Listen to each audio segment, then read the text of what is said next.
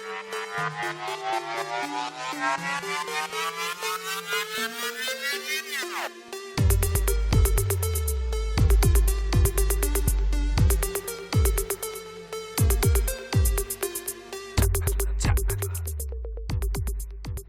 YouTube, welcome to my latest video.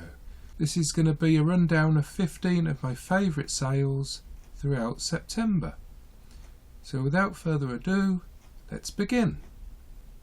This first sale was a True Call blocker. It's the model TC3. This allows people to screen phone calls that come in and block them so they don't need to take the call. I bought this at a car boot sale. It was in a box of various wires and that sort of thing, so it's always good to rummage through those boxes to pick up the bargains, and I sold this for $69.95 plus postage. This was a really good sale. This is a Panasonic VCR and DVD player combi. It's not the type that records DVDs, it only records on the VHS side. I always test my items, and the best thing to do that is to have a little TV in your photo area where you can put it on the screen, and I also say in the description that the TV isn't included, just to cover myself. And as you can see, I take photos of the remote and the SCART leads, top of the item, and then a couple of the sides to get a good overview of the item. And as you can see, I achieved a really good price. I sold that for £60. It must have gone on best offer, which is reasonably good for one of these units, plus the post of course of £5.99. This was by far my best sale of September. This is a vintage video recorder, I think that got used in TV studios and that sort of thing. You may have seen this on one of my listing lives I did on somebody else's channel, and you saw me testing it there that day, and as you can see here, I managed to achieve a whopping £379.95 plus £20 postage. And this actually ended up going to another country via the GSP program. I had to buy a little adapter so I could test this on a normal TV because it had a BNC connections on the back. It didn't have the standard aerial or the SCART lead, for example, because it's so old. I think I cleaned the heads on this. I seem to remember cleaning the heads on it just to get the perfect picture, and it was well worth all the cleanup and stuff. As you can see here, I've fetched a really good price. And again, this was a car boot sale pickup that was actually towards the end of the car boot sale and still sitting there on the table. Pleased to see these sell because the season's coming to an end now as summer's over. But I fetched a nice $39.95 on these. These are Buer FX1 roller skates, inline skates, size 5, with really nice condition.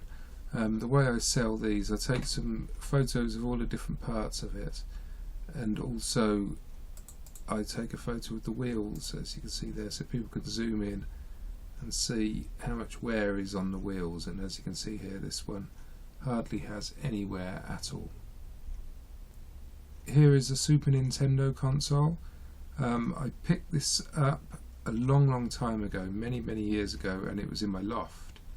I'm not quite sure how it got broken. I think it was broken when I bought it, because I did have two. I've already sold the other, and this one was completely smashed, although it did actually function. I did try to buy an empty case on eBay, and it took me a long time to actually sell this because I was waiting for a broken unit to come available really cheap in order for me to put it in that unit and sell it as a working nice system. That never happened. I couldn't find any way to get a case where I could sell this as a working unit for the right price where there's going to be profit in it. So I ended up sticking it on with the broken case and just declared it and sold it as spares repairs. The unit did actually function, as I said, so somebody would have been happy with it, and I got £12.95 plus postage for it. This is another item that was in a box at the car boot sale, and I had to rummage through and I picked it up. This is a laser radar detector for your car. You just plug this in and it will pick up the police radar guns as you drive along, to prevent speeding and such, and it's sold for £19.95 plus the postage. This is quite an interesting item. This is a vintage B&Q clamp-on parasol. I bought 2 of these from a household clearance guy. They were brand new in the packet, and I put them on for £27.95 each. Sold one of them. I've still got another, and plenty of profit in here. All these sort of things, as you can see, it retailed for £10 there when it was new. These would be 90s, I guess. So yeah, vintage stuff. Eventually, it's quite long tail, but they do sell in the end. Either people's got one and they want another one to match, or they've got the vintage furniture and they want them to match with the furniture they've got. But a lovely pickup and a nice sale, a fairly quick sale as well.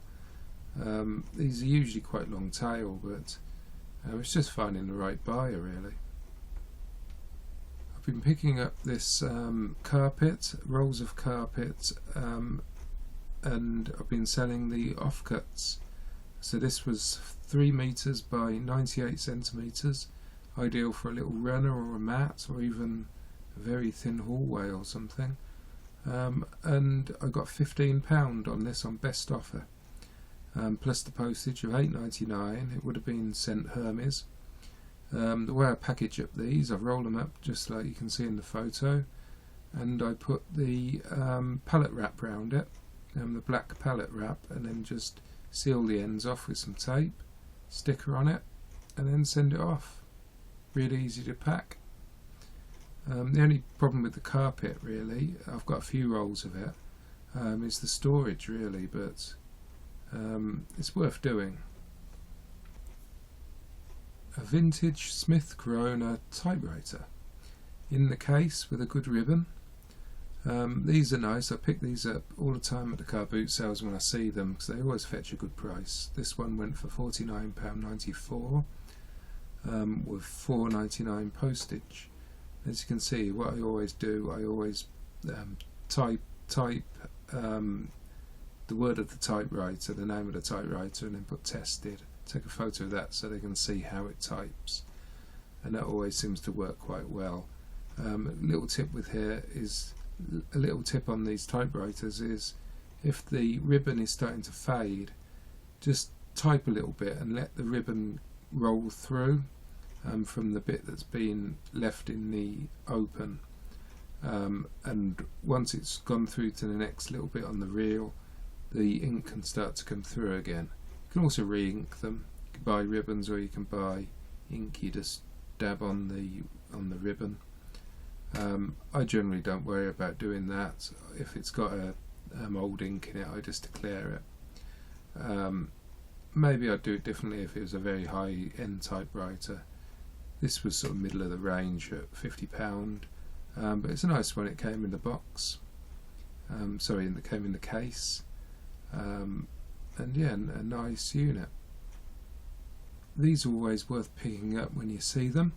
This is a little portable TV, a little CRT TV, 14-inch. This one's a Philips one with the VHS video machine built in.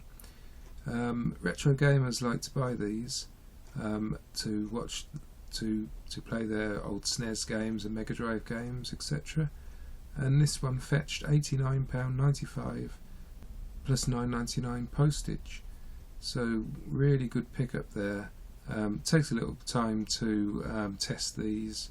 You've got to test the VCR possibly clean the heads, which require taking the back off the TV, and on these combi units it is quite difficult to get to the heads as well, but it is achievable. And then you need to test the skirt and any other inputs that the TV takes as well. Of course you won't get an analog signal, but if you wanted to test the analog input, you could connect something like a PlayStation or a Spectrum, something like that, into that unit. And as you can see here, I've took a few photos of it playing a VHS tape, with the details of the back of the machine as well. Yeah, always worth picking these up. To pack these, it's basically a case of wrapping them in cardboard, popping some bubble wrap around them, and even encasing with polystyrene around it in a big enough box. And I usually post these parcel force because of the weight and the size of the box. It usually seems to be the best option, which is why I charge $9.99 postage. This is a bit of an interesting sale. This is a Henry Hoover housing. I bought about 3 Henry Hoovers from an auction. I think it cost me like £20 for the whole lot. 2 of them didn't work, so I actually sold the broken motors for about £15 each, I think, and I sold these buckets for £15 plus £6 postage. That's because people use them for toy boxes. They can also use them for waste bins, or even planters for the garden. So yeah, don't discard this sort of thing, because there's still profit to be made. You've just got to think outside the box and how you can market something that to some will be junk. And yeah, you get £15 plus the postage for it. This is a vintage telephone A to Z finder, the flip thing, so you select the letter on the book, press the button, and it opens at the correct page, and you can put all your addresses and stuff like that and telephone numbers in there for the people you want to contact.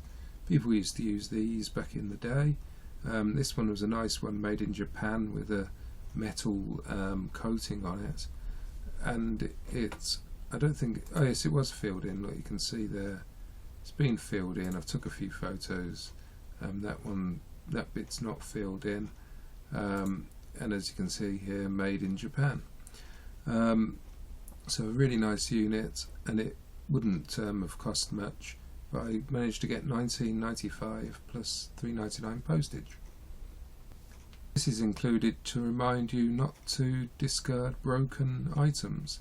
I bought this at a car boot sale, got it home, it was completely dead, there was no power to the unit at all. I could have possibly looked at fixing it, but the resale value of these probably wasn't worth it, so I put it on there for $19.95 plus the postage as spares or repairs, and it sold pretty quick. And yeah, really pleased with that, considering it doesn't work.